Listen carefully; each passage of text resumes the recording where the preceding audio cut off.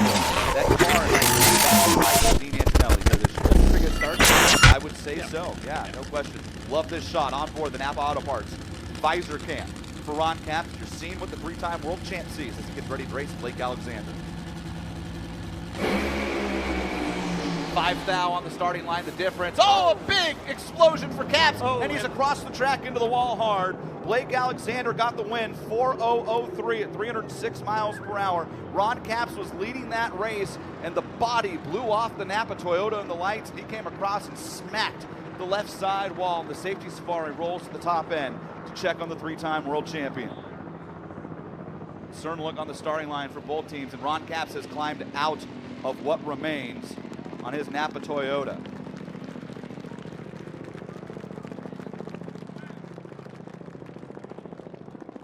Boy, Ron Capps has had a lot of moments like that in his career, but that one was pretty violent on the top end of the racetrack, and it's great to see him walk away and try to catch his breath as Doc Surface and the NHRA team come over to talk to Ron, and that is what is left of the Toyota body and the Napa Auto Care team.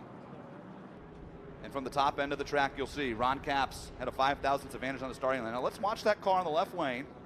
Oh, you see the cylinders out right there, Jordan. Whole lot early on the right side, yep. Wow, and a violent explosion for that car. Sheared the body in half right at the supercharger, just past the 660 mark. Blake's car actually went silent before the finish line as well down there. That's the quarter-mile camera. So it's just before the finish line that Ron Capps' car explodes. And then watch this. Up on its side, across the track, and at this point, you know Ron has all the wheel in it he can. There's not a lot he can do. That car comes over and sideswipes the wall. Right at the gate right there as well. It's just an unfortunate spot for Ron to catch that wall.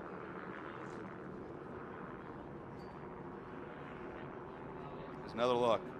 And watch the cylinders out for Ron Capps. Right side of the car, just past half track, and not much time at all. Almost the exact same time. Unexpected. That almost makes you think, you normally you lose a cylinder and it's got, similar to tune-up, you drown out a spark plug or whatever. That makes me wonder if there was some sort of disconnect in the valve train that was starting to happen before the engine fully let go. For it to put a cylinder out and then explode that quickly. Almost immediately, yeah. You can drop cylinders and kind of leg it out a little bit and make it down track without devastation, but...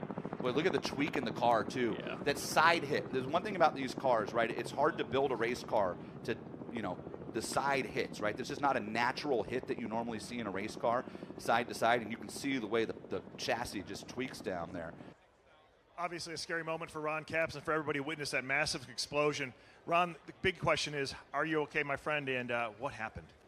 I'm not sure. I know it did smoke the tires pretty quick, and it was quick. Last year's Seattle thing, I knew it was coming. We were pedaling, trying to get it down there, and it sounded terrible, and that was my fault.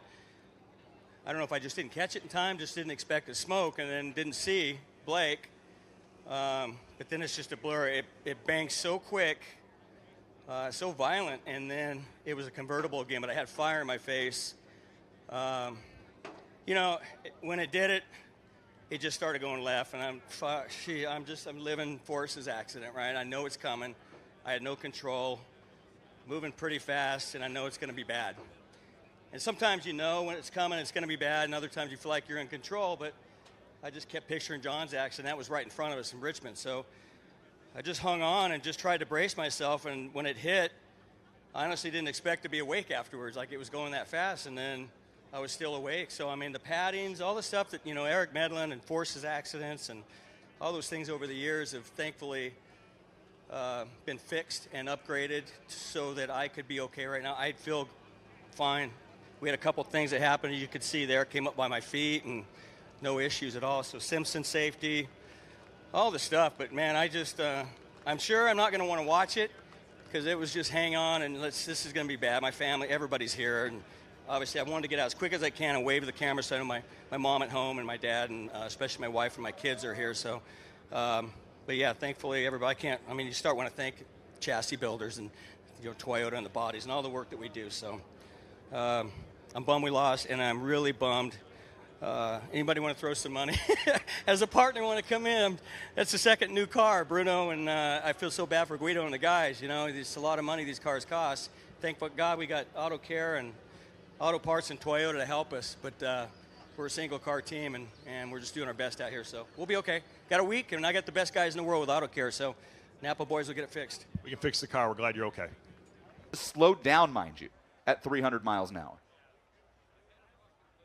Oh, he had a cylinder on the other side as well, right? So before. that speaks to the tire spin that Ron talked about, and the fact that he felt it smoke the tires, and then this is the part where he's just along for the ride.